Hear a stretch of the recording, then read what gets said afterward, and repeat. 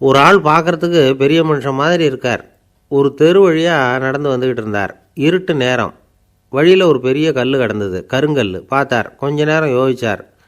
போய் தூக்கி பார்த்தா ரொம்ப கனமாக இருந்தது. இன்னொரு ஆள் சேர்ந்தாதான் தூக்க முடியும். இவர் உடனே ரோட்டு ஓரமாக போய் ஒரு மரத்தடியில் உட்காந்துக்கிட்டார். 2 பக்கமும் பார்த்துக்கிட்டே இருக்கார், யாராவது வர்றாங்களான்னு. கொஞ்ச நேரத்தில் ஒருத்தர் வந்தார், இவருக்கு தெரிஞ்சவர். என்னங்க இந்த நேரத்தில் இங்கே உட்காந்துருக்குறீங்கன்னு கேட்டார் அவர். அதோ அந்த கருங்கல் அப்படின்னு சுட்டி காட்டினார். ஓ, அதை தூக்கி ஓரமாக போடணுமா? வாங்க 2 பேரும் தூக்கலான்னார் வந்தவர். நான் அதுக்காக உட்காந்துருக்கலேன்னார் இவர். பின்ன வேற எதுக்காகன்னார் அவர். ஒரு மனுஷன் கருங்கல்லில் காலை இடிச்சுக்கிட்டான்னா எப்படி துள்ளுவான்னு பார்க்கணுங்கிறது எனக்கு ரொம்ப நாளாக ஒரு ஆசை, அதுக்காக தான் உட்காந்துருக்கிறேன் அப்படின்னாராம்.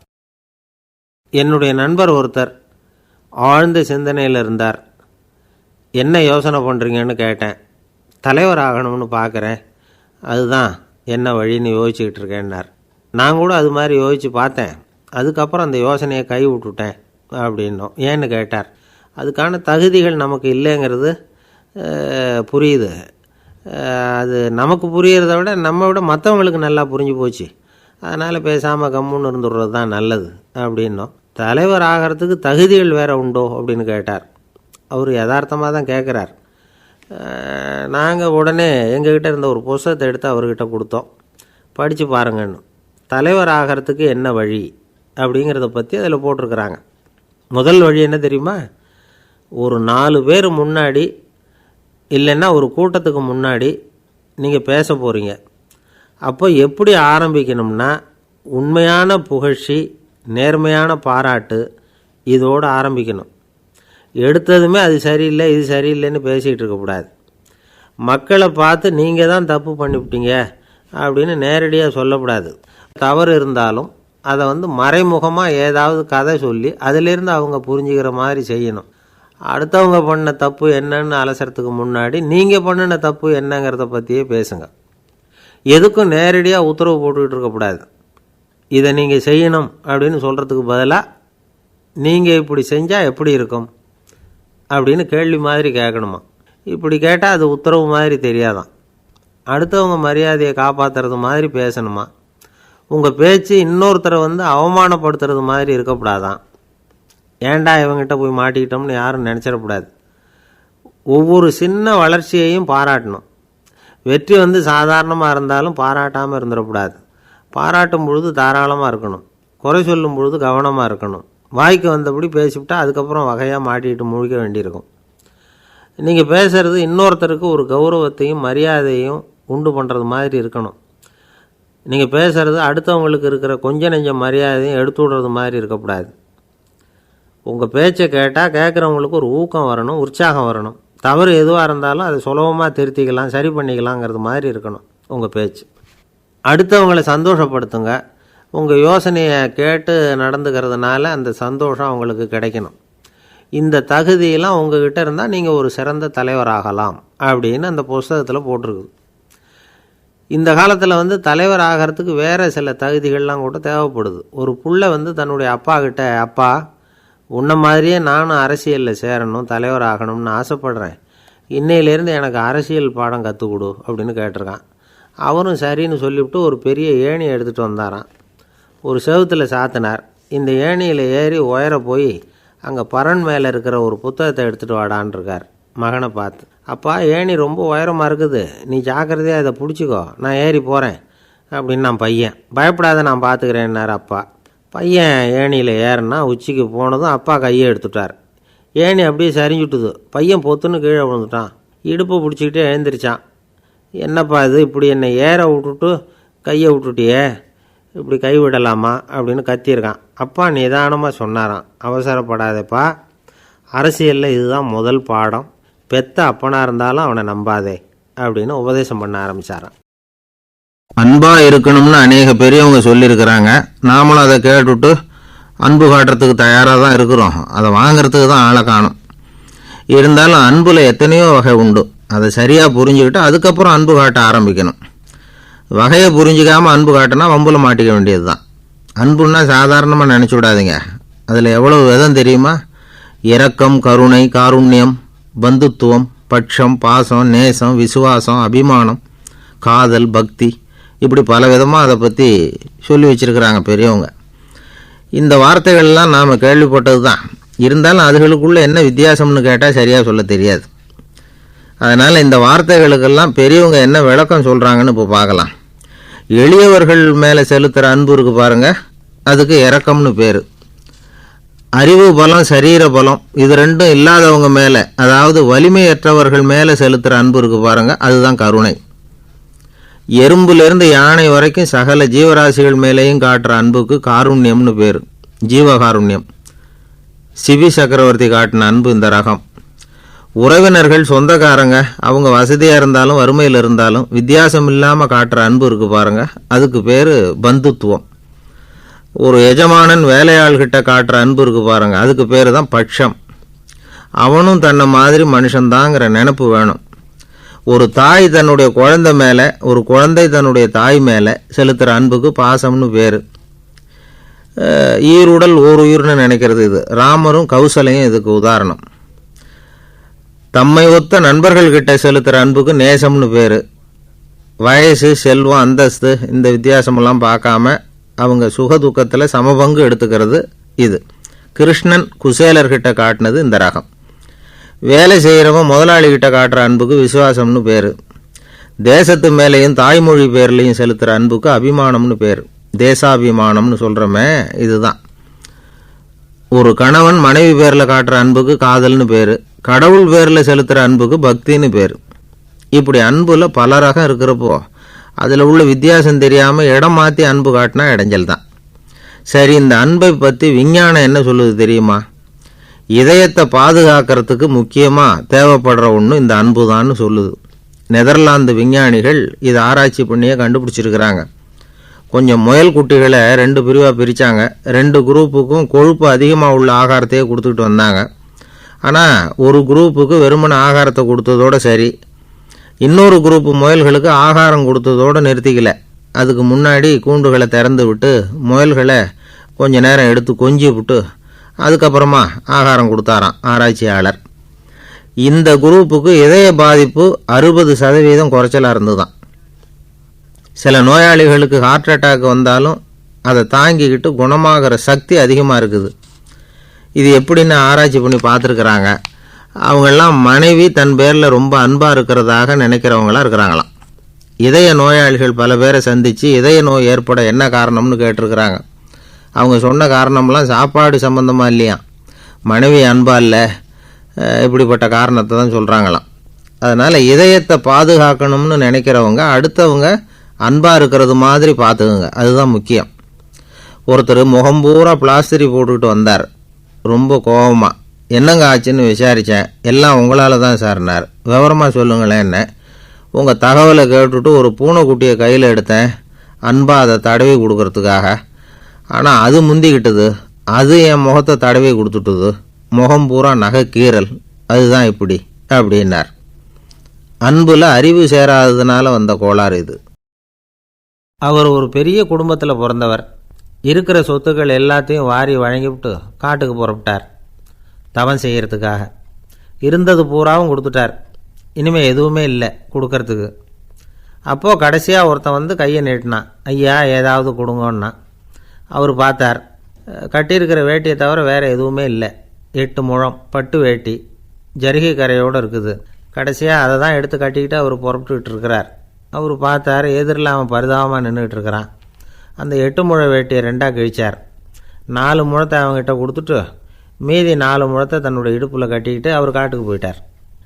இவன் என்ன பண்ணான் தெரியுமா? கையில் கிடைச்ச 4 முழத்தை எடுத்துக்கிட்டு கடை வீதிக்கு போனான். பழைய பட்டு வேட்டி, ஜருகை இதெல்லாம் விலைக்கு வாங்குகிற வணிகர் ஒருத்தர் இருந்தார். அவர்கிட்ட போனான். இதை விலைக்கு எடுத்துக்கிறீங்களான்னு கேட்டான். அவர் வாங்கி பார்த்தார். ஆஹா, ரொம்ப அருமையான வேட்டி, விலை ஒசந்த ஜருகை, இது ஏது உனக்குன்னு கேட்டார். அவன் நடந்ததை சொன்னான். அப்படின்னா ஒன்று செய், இந்த வேட்டியோட இன்னொரு பாதியையும் மெதுவாக வாங்கிட்டு வந்துரு, உனக்கு நிறைய பணம் தரேன் அப்படின்னார் அந்த வணிகர். இவன் கொஞ்சம் யோசனை பண்ணி பார்த்தான். கொஞ்சம் இருங்க, அதை வந்துவிடுறேன் அப்படின்னு சொல்லிவிட்டு நேராக காட்டுக்கு போனான். அவர் எங்கே இருக்காருன்னு தேடி கண்டுபிடிச்சான். அவர் ஒரு இடத்துல தவக்கோலத்தில் இருக்கிறார்.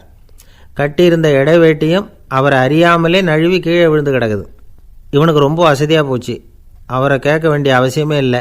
மெதுவாக சத்தம் போடாமல் அடி மேலே அடி வச்சு நெருங்கினான். அவர் கண்ணை மூடிக்கிட்டு அவர் பாட்டு நின்றுக்கிட்டு இருக்கார். இவன் மெதுவாக போய் கீழே கிடந்த அந்த துணியை எடுத்துக்கிட்டு சத்தம் போடாமல் திரும்பி நடந்தான். அப்படி கொஞ்சம் தூரம் நடந்திருப்பான். அப்படி ஓட ஆரம்பிக்கிற சமயத்தில் அவன் காலில் கீழே கிடந்த முள் ஒன்று நறுக்குன்னு தைச்சி விட்டுது. வலி தாங்க முடியாமல் அம்மான்னு கத்திவிட்டான். இந்த சத்தத்தினால கண்ணை மூடி நின்றுக்கிட்டு இருந்த அவர் தவம் கலைஞ்சிது. மெதுவாக கண்ணை திறந்து பார்க்குறார். தன் இடையில இருந்த வேட்டி அவன் கையில் இருக்குது. இப்போ அவர் நினைக்கிறாராம், இந்த வேட்டி மேலே நான் வச்ச ஆசை அல்லவா அவனை திருடன் ஆக்கிவிட்டுது அப்படின்னு நினச்சாரான். இது எப்பேற்பட்ட மனநிலைங்கிறத கொஞ்சம் யோசிச்சு பாருங்கள்.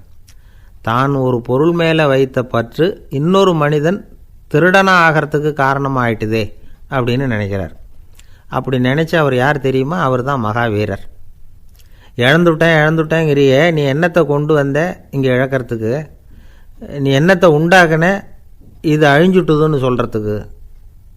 இது அவருடைய சிந்தனை. இன்றைக்கி நம்ம சிந்தனையெல்லாம் வேறு மாதிரி இருக்குது. ஒருத்தன் நடுத்தெருவில் உட்காந்து அழுதுகிட்டு இருந்தான். அந்த வழியாக வந்தவர் கேட்டார், ஏன்ப்பா அழற அப்படின்னு கேட்டார்.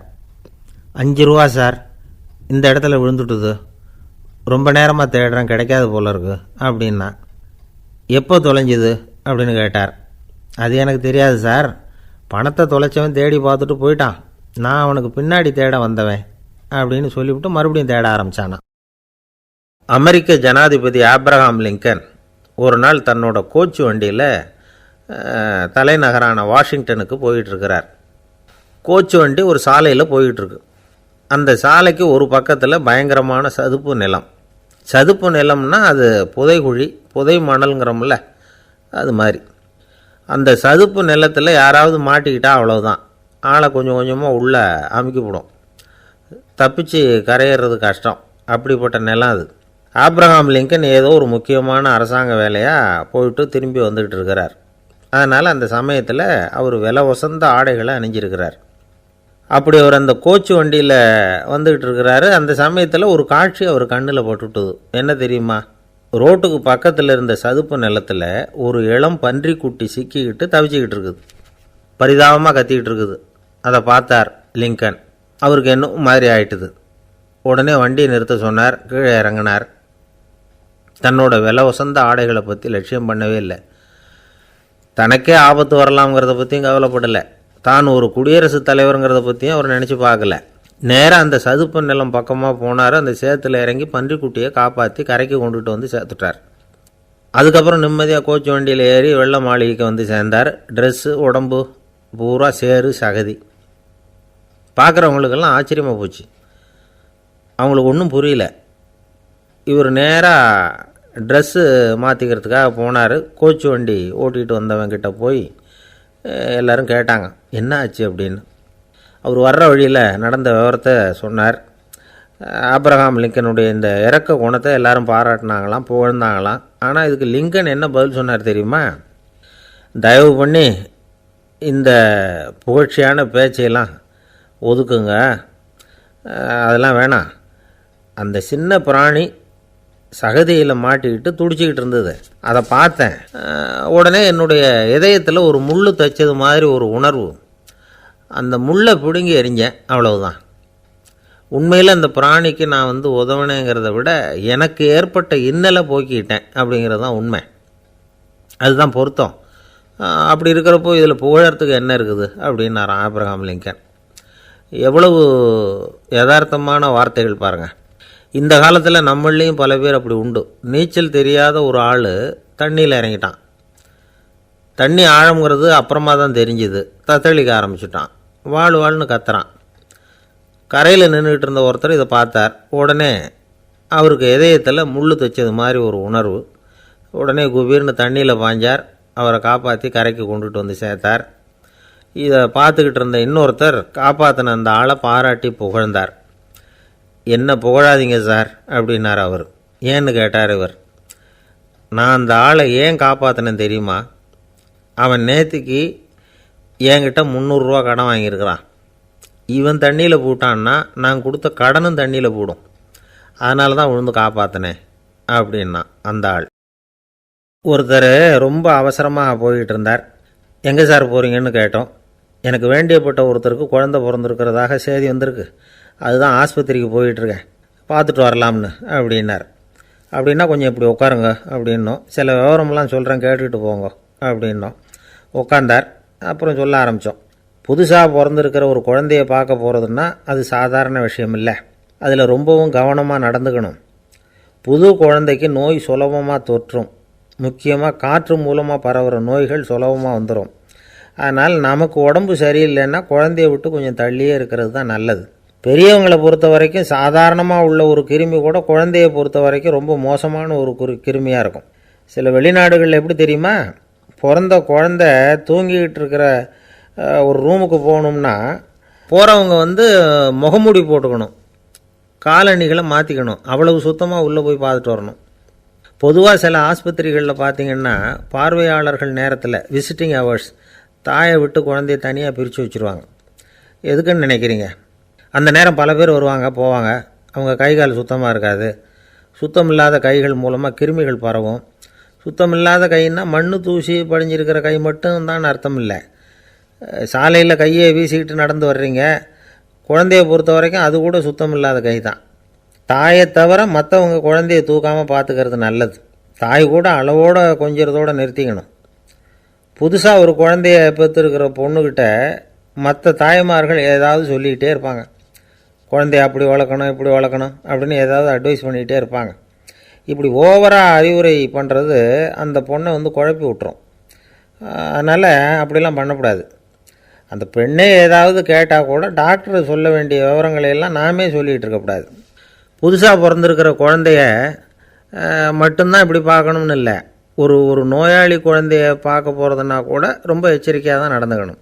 ஒரு தின்பண்டமோ விளையாட்டு சாமானோ அந்த குழந்தைக்கு நாம் வாங்கிட்டு போகிறதா வச்சுக்குவோம். அதை நேராக கொண்டுகிட்டு போய் அந்த குழந்தைகிட்டே கொடுக்கக்கூடாது. அதோட அப்பா அம்மாக்கிட்ட ரகசியமாக கொடுக்கலாம். அவங்க முடிவு பண்ணட்டும் குழந்தைகிட்ட அதை கொடுக்கலாமா வேண்டாமாங்கிறத. அவங்களுக்கு தான் தெரியும் அதோட மனசும் உடம்பும். உங்கள் அக்கறையை காட்டுறதா நினச்சிக்கிட்டு குழந்தை வாயில் எதையும் கொண்டுட்டு போய் போடாதீங்க. போகிறப்போ உங்கள் வீட்டு குழந்தையும் அழைச்சிட்டு போகாதீங்க. இது நோயை வாங்கிட்டு வந்துடும், அல்லது புதுசாக ஒரு நோயை அதுக்கிட்ட கொடுத்துட்டு வந்துடும். என்னதான் உங்களுக்கு பழக்கமான குழந்தையாக இருந்தால் கூட அதுக்கு விருப்பம் இல்லைன்னா பேசக்கூடாது. அங்கே போய் அவங்க பள்ளிக்கூடத்தை ஞாபகப்படுத்திகிட்டு இருக்கக்கூடாது. நோயில் இருக்கிறப்ப ஸ்கூலை பற்றி பேச அது விரும்பாது. ஆஸ்பத்திரியை விட்டு வெளியில் புறப்படுறப்போ குழந்தைகிட்ட சொல்லணும்னு அவசியம் இல்லை. அதோட அப்பா அம்மா கிட்ட சொல்லிவிட்டு புறப்பட்டா போதும், குழந்தை கோபிச்சிக்காது. சமூக சம்பிரதாயத்தை பற்றி அது கவலைப்படுறதில்லை. இப்படி எல்லா விவரமும் நம்ம எதிரில் உட்காந்துருந்தவங்ககிட்ட சொல்லி முடித்தோம். ரொம்ப நன்றி சார் அப்படின்னு சொல்லிவிட்டு அவர் புறப்பட்டார். குழந்தைங்க கொஞ்சம் வளர்கிற வரைக்கும் தான் நாம் எச்சரிக்கையாக இருக்கணும்னு இல்லை, வளர்ந்த பிறகு இன்னும் எச்சரிக்கையாக இருக்கணும். ஒரு பையன் பள்ளிக்கூடத்துலேருந்து திரும்பி வீட்டுக்கு வந்தான். முகம் பூரா நகத்தால் கீறி இருந்தது. அப்பா பார்த்து பயந்துட்டார். யாருடா உன்னை இப்படி பண்ணது அப்படின்னார். என் கூட படிக்கிற இன்னொரு பையன்னா. நாளைக்கு உன் கூட பள்ளிக்கூடத்துக்கு வர்றேன், நீ எனக்கு அவனை அடையாளம் காட்ட முடியுமான்னார். அது ரொம்ப சுலபம் நான் பையன். எப்படின்னார் அப்பா. அவன் காதில் ஒன்று கையோடு எடுத்துகிட்டு வந்திருக்கிறேன், இதோ என் பையில் தான் வச்சுருக்கேன் அப்படிங்கிறான் அந்த பையன். ஒருத்தர் இருக்கார், நல்ல உத்தியோகத்தில் தான் இருக்கிறார். ஆனால் எப்போ பார்த்தாலும் முகத்தை வெறுப்பாக வச்சுருப்பார். அப்படியே வருவார் போவார். ஏன் சார் இப்படி இருக்கிறீங்க அப்படின்னு விசாரித்தோம். ஏன்டா இந்த வேலைக்கு வந்தோம்னு இருக்குது சார் அப்படின்னார். உங்கள் வேலை உங்களுக்கு பிடிக்கலையா அப்படின்னு கேட்டோம். இல்லைன்னார். இப்படிப்பட்டவங்க வெற்றிகரமான வாழ்க்கை வாழ முடியாது. இது நிபுணர்கள் கருத்து. வேலையை நேசிக்க தெரிந்தவர்கள் வெற்றி பெறுவார்கள் அப்படிங்கிறாங்க அவங்க. எந்த துறையாக இருந்தாலும் சரி, அந்த துறையில் வெற்றிகரமாக இருக்கிறவங்கள விசாரித்து பாருங்கள். எனக்கு என்னுடைய வேலை ரொம்ப பிடிக்கும் அப்படின்னு சொல்கிறவங்களாக தான் இருப்பாங்க. அப்படி இருந்தால் தான் அது வெற்றிகரமாக இருக்க முடியுது அவங்களால. ஒருத்தனுக்கு பிடித்தமான பொழுதுபோக்கே அவனுடைய தொழிலாக இருந்துட்டுதுன்னா அவனை மாதிரி கொடுத்து வச்சவன் வேறு யாரும் இல்லை அப்படிங்கிறார் பெர்னாட் ஷா. ஒரு தடவை மன்னர் ஹுமாயூன் உயிரை தண்ணீர் மொண்டு ஊற்றுகிற தொழிலாளி ஒருத்தர் காப்பாற்றினாராம் அந்த ஹுமாயூன் உயிரை. உடனே மன்னர் கேட்டிருக்கார், உனக்கு என்ன வேணும்னாலும் கேளு தரேன், உயர் பதவி வேணுமா அப்படின்னு கேட்டாராம். மன்னா, மக்களின் தாகம் தீர்க்கக்கூடிய இந்த பணியை விட உயர்ந்தது உண்டா அப்படின்னாராம் அந்த தொழிலாளி. அவரால் அவருடைய வேலையை நேசிக்க முடிஞ்சுது, அதனால் மகிழ்ச்சியாக இருக்க முடிஞ்சுது. நாமெல்லாம் அப்படி இல்லை. வேலை கிடைக்கிற வரைக்கும் கிடைச்சா போதும் அப்படின்னு இருக்கோம். கிடைச்சதுக்கப்புறம் ஏன்டா இந்த வேலைக்கு வந்தோம்னு ரொம்பவும் அழுத்துக்குவோம். சரி, நாம் இருக்கிற இடத்துல நாம் வெற்றிகரமாக இருக்க வழி உண்டா அப்படின்னா உண்டுன்னு சொல்கிறாங்க. அதாவது மன இயல் நிபுணர்கள் இருக்கிறாங்க இல்லையா, அவங்க அதுக்கு முக்கியமாக 6 வழிகள் சொல்கிறாங்க. நீங்கள் ஒரு அலுவலகத்தில் வேலை பார்க்குறவரா அப்படின்னா இதை கேளுங்க. அதாவது உங்கள் மேலதிகாரி எதிர்பார்ப்புக்கு தகுந்த மாதிரி உங்கள் வேலை இருக்குதா? அப்படி இல்லைன்னா முதல்ல உங்கள் வேலையின் தரம் உயரணும். உங்களுக்கு மேலே கீழே வேலை பார்க்குற பணியாளர்கள்கிட்ட நல்ல விதமாக பழகுறீங்களா? அந்த உறவு முறையில் ஏதாவது குறை இருந்தால் அதை கண்டுபிடிச்சி சரி பண்ணுங்கள். நம்பிக்கைக்கு உரியவர் அப்படின்னு நீங்கள் பேர் எடுக்கணும். நீங்கள் எடுக்கிற முடிவு நல்ல முடிவாக தான் இருக்கும் அப்படின்னு அடுத்தவங்க சொல்லணும். உங்கள் தோற்றத்துக்கு முக்கியத்துவம் கொடுங்க. இது மனம் உடல் ரெண்டும் சம்மந்தப்பட்டது. அதனால் மனசையும் ஆரோக்கியமாக வச்சுருக்கணும், உடம்பையும் ஆரோக்கியமாக வச்சுருக்கணும். உங்களுடைய நிர்வாகம் செயல்படுற விதத்தை நல்லா புரிஞ்சு வச்சுக்கணும். உங்களுடைய நிர்வாகம் இப்போ ஒரு காரியம் செய்யுதுன்னு வச்சுங்க, ஏன் அப்படி செய்யுது, எதுக்காக அப்படி செய்யுது, அதனுடைய குறிக்கோள் என்ன, அது நீடிக்கிறதுக்கு காரணம் என்ன, இதையெல்லாம் தெரிஞ்சுக்கணும். சிரிப்புக்கு வஞ்சகம் பண்ணக்கூடாது. நல்லா சிரிக்கணும், அப்போ தான் அது திரும்ப கிடைக்கும். கடந்த கால தோல்வியை பற்றி கவலைப்படக்கூடாது. முதலாளி விருப்பம் தெரிஞ்சு நடந்துக்கிறது நல்லது தான். அதுக்காக காக்கா பிடிக்கணுங்கிற அவசியம் இல்லை. உங்களுக்கு ஒரு பொறுப்பான வேலை கிடைக்குது, உடனே சத்தம் குழப்பம் அப்படின்னு சூழ்நிலையை இறுக்கமாக ஆக்கிடக்கூடாது. எந்த சூழலையும் இயல்பாக கையாளக்கூடியவர் அப்படிங்கிறத காட்டணும். இதெல்லாம் உங்கள் துறையில் நீங்கள் வெற்றி பெற நிபுணர்கள் சொல்கிற யோசனைகள். இவ்வளவு விவரமும் சொல்லிவிட்டு ஒருத்தரை பார்த்து கேட்டோம், இப்போ சொல்லுங்கள், நீங்கள் செய்கிற வேலை உங்களுக்கு பிடிச்சிருக்குதா அப்படின்னோம். ரொம்ப ரொம்ப பிடிச்சிருக்குது அப்படின்னார். சரி, என்ன செஞ்சிகிட்ருக்குறீங்க அப்படின்னு கேட்டோம். சும்மா தான் இருக்கிறேன் அப்படின்னார் அவர். அள்ள அள்ள குறையாதது அட்சய பாத்திரம், அது நமக்கு தெரியும், கேள்விப்பட்டிருக்கிறோம். ஆனால் போட போட நிரம்பாத ஒரு பாத்திரம் உண்டு. அது என்ன தெரியுமா? நம்மளில் பல பேர்கிட்ட அந்த பாத்திரம் உண்டு. அதுதான் பேராசை அப்படிங்கிற பாத்திரம். அதை நிறைவு செய்யவே முடியாது. பேராசையை பற்றி சுஃபி இலக்கியத்தில் ஒரு பிரபலமான கதை உண்டாம். அதை ஒரு பெரியவர் எடுத்து சொல்லியிருக்கிறார். ஒரு மன்னர் நகர்வலம் போயிட்டுருக்கார். ஒரு பிச்சைக்காரன் மன்னர் எதிரில் வரான். பிச்சை போடுங்கங்கிறான். என்னுடைய அமைதியை கெடுக்காதே போங்கிறார் மன்னர். அவன் சிரிக்கிறான். அரசே, உங்களுடைய அமைதி கெடக்கூடிய நிலையில் இருந்தால் அதுக்கு பேர் அமைதியே கிடையாது அப்படின்னு நானா. எதிரில் நிற்கிறது வெறும் பிச்சைக்காரன் இல்லை, யோகி அப்படிங்கிறத மன்னர் புரிஞ்சுக்கிட்டார். துறவியே, உங்களுக்கு என்ன வேணும்னாலும் கேளுங்க, கொடுக்குறேன்னாராம். அந்த துறவி மறுபடியும் சிரிக்கிறார். அரசே, உங்களால் முடியாததையெல்லாம் கொடுக்க முடியும்னு சத்தியம் செய்யாதீங்க அப்படின்னார். மன்னருக்கு கோபம் வந்துட்டுது. என்ன இவர் இப்படி சொல்கிறாரே அப்படின்னு நினச்சார். நகர்வலத்தை பாதியிலேயே நிறுத்தினார். வாங்க அரண்மனைக்குன்னார். துறவியை அழைச்சிக்கிட்டு அரண்மனைக்கு வந்துட்டார். துறவி தன்கிட்ட இருந்த பிச்சை பாத்திரத்தை நீட்டினார். இது நிறைய எனக்கு பொற்காசுகள் வேணும் அப்படின்னாராம். அவ்வளவு தானா, இது ஒரு பெரிய காரியமா அப்படின்னு கையை தட்டினாராம் மன்னர். ஒரு பெரிய தாம்பாளம் நிறைய பொற்காசுகள் சேர்ந்தது. அதை அள்ளி போட்டார். போட போட அந்த பிச்சை பாத்திரம் நிரம்பவே இல்லை. பொற்காசுகள் போட போட அவ்வளவையும் உள்ளே வாங்கிக்கிட்டே இருக்குது. அரசாங்க கஜானாவே காலி ஆகிட்டுது. மூட்டை மூட்டையாக பொற்காசுகளை கொட்டி பார்த்துட்டாங்க. அது முழுங்கிக்கிட்டே இருக்குது. கடைசி வரைக்கும் அந்த பிச்சை பாத்திரம் நிரம்பவே இல்லை. அரசர்கிட்ட இருந்த கர்வம் போயிட்டுது. அப்படியே பொத்துன்னு துறவி காலில் விழுந்தார். அப்போ அந்த துறவி சொன்னாராம், மன்னா, இந்த பிச்சை பாத்திரத்தை உங்களால் மட்டும் இல்லை, வேறு யாராலையும் நிரப்ப முடியாது. அதுக்கு என்ன காரணம்னா, இது சாதாரண பிச்சை பாத்திரம் இல்லை, பேராசைகளோடு வாழ்ந்து செத்துப்போன ஒரு மனிதனின் மண்டை ஓடுது அப்படின்னாராம். பாருங்கள், இதுதான் அந்த சுஃபி இலக்கிய கதை. செத்த பிறகும் நிறைவு இல்லைன்னா அது எப்பேற்பட்ட பேராசையாக இருக்கும்னு யோசித்து பார்த்துங்க. நம்மால் ஒருத்தர் கல்யாணம் பண்ணிக்க பொண்ணு பார்த்துக்கிட்டு இருந்தார். அழகு, அறிவு, படிப்பு எதுவும் தேவையில்லை, பணம் மட்டும் இருந்தால் போதும் அப்படின்னு பார்க்குறவங்ககிட்டெல்லாம் சொல்லி வச்சார். ரொம்ப நாளைக்கு அப்புறம் ஒரு பணக்காரர் கிடைச்சார். அவர் சொன்னார், இதை பாருங்கள், எனக்கு 20 வயசில் ஒரு மகள், அவளை நீங்கள் கல்யாணம் பண்ணிக்கிட்டா 2 லட்சம் பணம் கொடுப்பேன். 25 வயசில் ஒரு பொண்ணு, அவளை கல்யாணம் பண்ணிக்கிட்டா 2.5 லட்சம் தருவேன். 30 வயசில் ஒரு பொண்ணு இருக்கா, அவளை கல்யாணம் பண்ணிக்கிட்டா 3 லட்சம் தருவேன். என்ன சொல்கிறேன் அப்படின்னாராம். இவன் கொஞ்ச நேரம் யோசித்து பார்த்துருக்கான். அதுக்கப்புறம் மெதுவாக அவரை நிமிர்ந்து பார்த்து, ஏன் சார், உங்ககிட்ட 50 வயசில் ஏதாவது பொண்ணு இருக்கா அப்படின்னு கேட்டானா. ஒருத்தர் ரொம்ப அவசரமாக வந்தார். சார், மனுஷன் நிம்மதியாக இருக்கிறதுக்கு என்ன வழின்னு கேட்டார். சீக்கிரமாக ஒரு கல்யாணத்தை பண்ணிங்க, எல்லாம் சரியாக போடும் அப்படின்னோம். அவர் ஒரு மாதிரியாக பார்த்தார். ஏற்கனவே எனக்கு கல்யாணம் ஆகிட்டுது சார், அதனால தானே நிம்மதியாக இருக்கிறதுக்கு வழி கேட்குறேன் அப்படின்னார். சரி, இவர் ஒரு மாதிரியான கேஸ் அப்படின்னு நினச்சிக்கிட்டு நம்மக்கிட்ட இருந்த ஒரு சின்ன புத்தகத்தை அவர்கிட்ட தூக்கி கொடுத்தோம். இதை படித்து பாருங்கன்னு. கல்யாணத்துக்கு பிறகும் சந்தோஷமாக இருக்கிறதுக்கு என்ன வழி அப்படிங்கிற கேள்விக்கு அந்த புத்தகத்தில் விளக்கம் இருந்தது. கணவன் மனைவிக்குள்ளே சிக்கல் வராமல் இருக்கிறதுக்கு அதில் சில வழிகளை சொல்லி கொடுத்துருக்குறாங்க. அதெல்லாம் என்னென்ன அப்படிங்கிறத இப்போ பார்க்கலாமா? குடும்பம்னு இருந்தால் கோபம் வரதான் செய்யும். அது வந்துட்டு போட்டும் பரவாயில்ல. ஆனால் அந்த கோபம் ஒரே நேரத்தில் 2 பேருக்கும் வந்துடாமல் பார்த்துக்கணும். ஒரு சமயத்தில் யாராவது ஒருத்தர் தான் கோபப்படணும், அடுத்தவங்க அமைதியாக இருக்கணும். அதுக்கப்புறம் இவர் அமைதியான உடனே அவங்க ஆரம்பிச்சிக்கலாம்.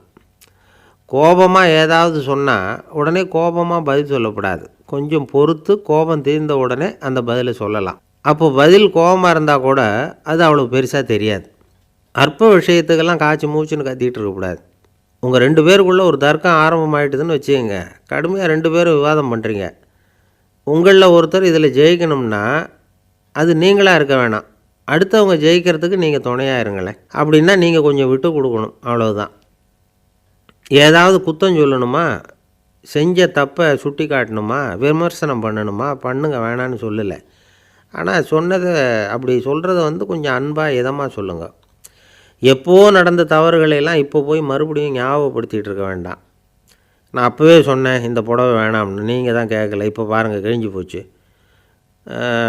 இப்படின்னு கத்துனாங்க ஒரு அம்மா. எப்போ சொன்னீங்கன்னு கேட்டால் ஒரு 10 வருஷத்துக்கு முன்னாடி தீபாவளி சமயத்தில் அப்படிங்கிறாங்க. அது என்ன இன்னும் அப்படியே புதுசாகவே இருக்கும்? உங்களுக்கு அவர் தான் பெருசு, அவருக்கு நீங்கள் தான் பெருசு. அதை விட இந்த உலகத்தில் வேறு எதுவும் முக்கியம் இல்லைன்னு நினைக்கணும். நீ தான் என்னுடைய உலகம்னு எத்தனை தடவை சொல்லியிருப்பீங்க? அதெல்லாம் வெறும் வசனமாக போயிடக்கூடாது. ஏதாவது ஒரு பிரச்சனையை பற்றி கடுமையாக விவாதம் பண்ணிக்கிட்டு இருக்கீங்க, அதை அப்படியே பாதியில் விட்டுட்டு படுக்கைக்கு போயிடக்கூடாது. சொச்சத்தை நாளைக்கு பேசிக்கலாம்னு. அப்படி போனால் தூக்கம் வராது. பிரச்சனையை ஒரு முடிவு பண்ணிக்கிட்டு அதுக்கப்புறமா தூங்க போகணும். ஒரு நாளில் ஒரு தடவையாவது உங்கள் ஜோடியை பாராட்டி நல்ல விதமாக கனிவாக ஒரு வார்த்தை சொல்லணும் அப்படின்னு தீர்மானம் பண்ணிங்க. ஏதாவது தப்பு பண்ணிவிட்டீங்கன்னா பரவாயில்ல, அதை ஒத்துக்கிறதுக்கும் மன்னிப்பு கேட்குறதுக்கும் தயாராக இருக்கணும். அது ஒன்றும் கேவலம் கிடையாது. வீட்டுக்குள்ளே தானே கேட்க போகிறீங்க, வெளியில் யாருக்கு தெரிய போகுதோ? எப்படியோ உங்களுக்குள்ளே ஒரு சமரசம் ஆனால் சரிதான். ஒரு தகராறுன்னு எடுத்துக்கிட்டால் குறைஞ்சபட்சம் அதுக்கு 2 பேர் தேவை.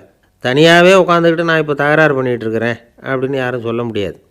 2 பேர் தகராறு பண்ணுறாங்கன்னா பொதுவாக அந்த 2 பேரில் யார் அதிகமாக பேசுகிறாங்களோ அவங்க பேரில் தான் தப்பு இருக்கும்.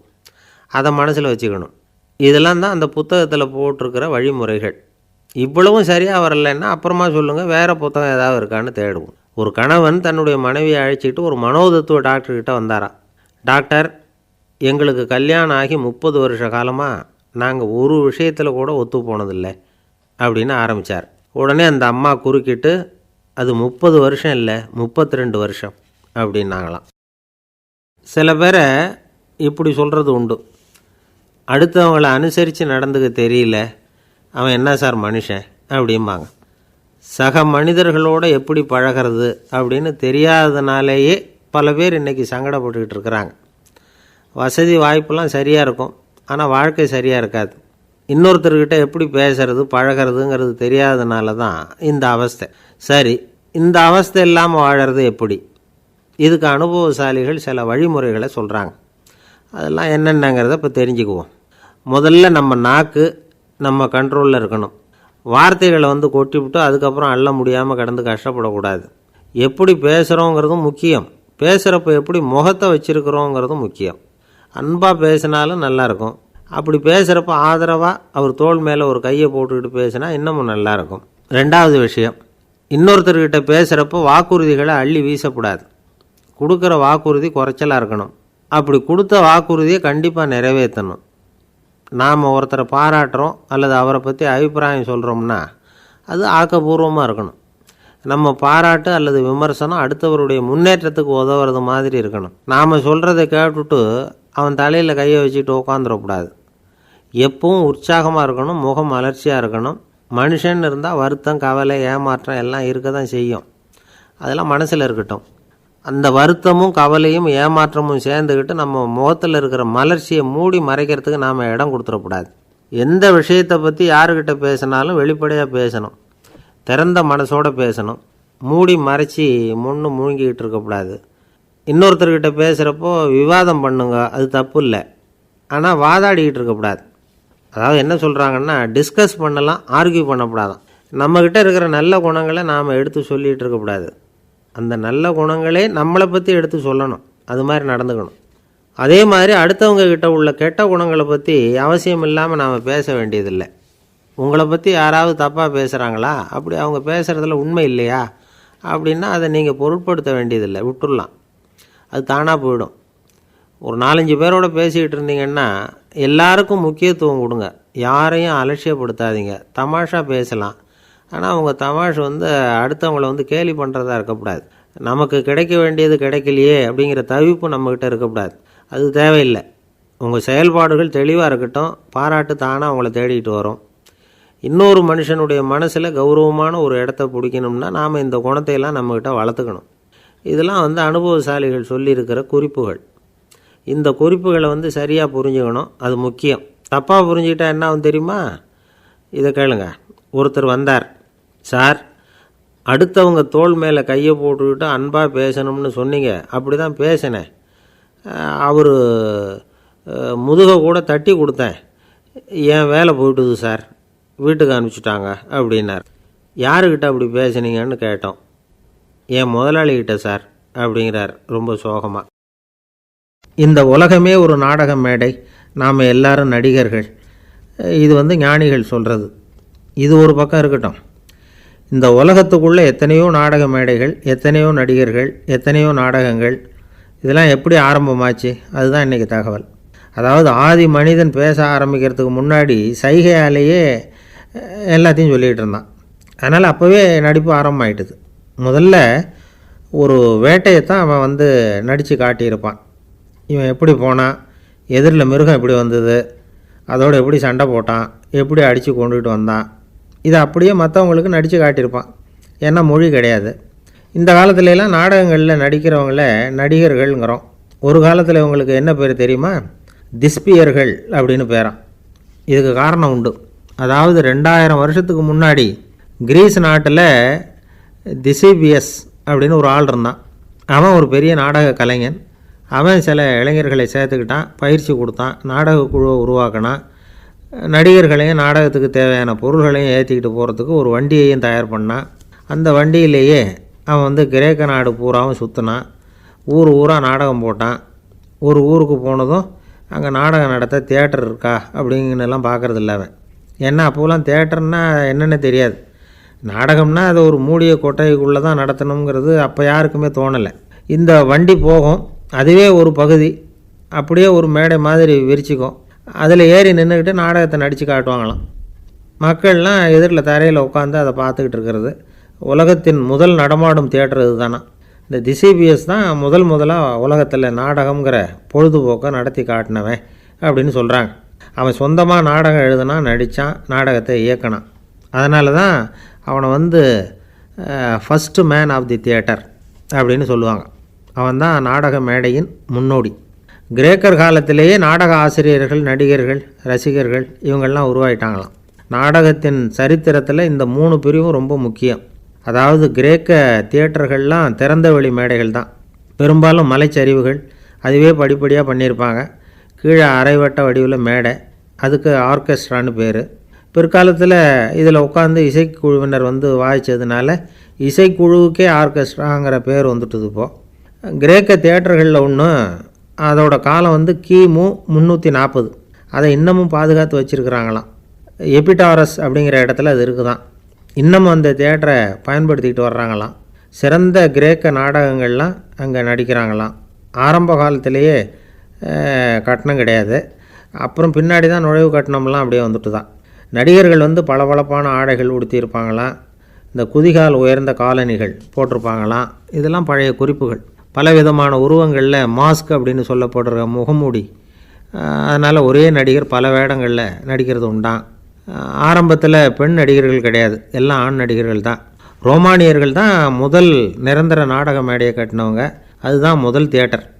கிமு 1048 காலகட்டத்தில் பாம்பிங்கிற நகரத்தில் அதை கட்டியிருக்கிறாங்களாம். கிரேக்க ரோமானிய தியேட்டர்களின் அடிப்படையிலேயே இந்த இத்தாலிய வடிவமைப்பாளர்கள் இந்த குதிரை லாட வடிவில் ஒரு ஆடிட்டோரியத்தை உருவாக்கினாங்களாம்.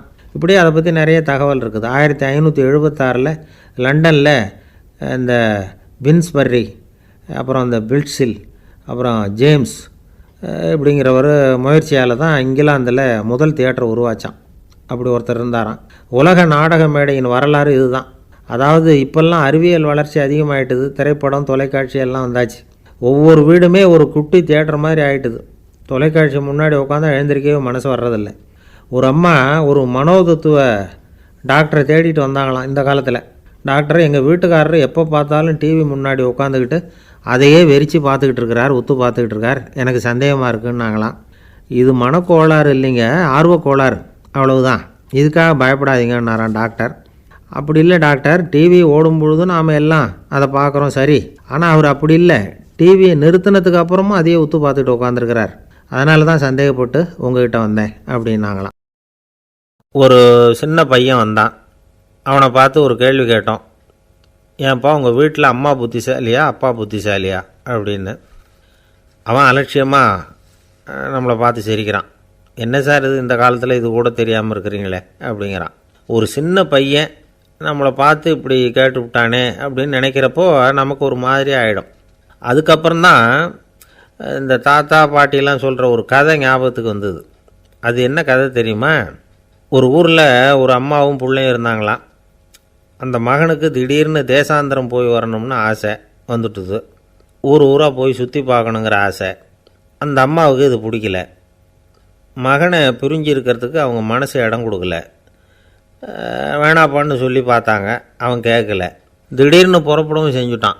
சரி, இனிமேல் அவனை தடுக்க முடியாதுன்னு முடிவு பண்ணிட்டாங்க அந்த அம்மா. இருந்தாலும் புத்திசாலித்தனமாக ஒரு யோசனை பண்ணாங்க. மகனை கிட்டத்தில் கூப்பிட்டாங்க. அவங்ககிட்ட சொன்னாங்க, இதை பாருப்பா, நீ தேசாந்திரம் போகிறதுன்னு தீர்மானம் பண்ணிவிட்ட, அதை நான் தடுக்கலை, போயிட்டு வந்துடும். ஆனால் போகிறதுக்கு முன்னாடி எனக்கு ஒரு வாக்குறுதி கொடுத்துட்டு போ அப்படின்னாங்க. போகிறப்போ ராத்திரியாக இருந்தாலும் பகலாக இருந்தாலும் சரி, புளிய மரத்து நிழலில் தான் தங்கணும். திரும்பி வர்றப்போ இரவும் பகலும் நீ வேப்ப மரத்து நிழல்லே தங்கணும் அப்படின்னாங்க. சரி, அப்படியே செய்கிறேன்னு சொல்லி வாக்குறுதி கொடுத்தான் பையன். புறப்பட்டு போனான். போகிற வழியில் புளிய மரத்து நிழல்லையே தங்கினான், தூங்கினான். அப்படி போய்கிட்டே இருந்தான். 7ஆவது நாள் அவன் உடம்பு சுகமில்லாமல் போயிட்டுது. ரொம்பவும் பலவீனமாயிட்டான். இனிமேல் நடக்க முடியாதுங்கிற நிலைமை வந்துட்டுது. யோசித்து பார்த்தான். சரி, இதுக்கு மேலே போக வேண்டாம் அப்படின்னு முடிவு பண்ணிவிட்டு திரும்பி வர ஆரம்பிச்சிட்டான்.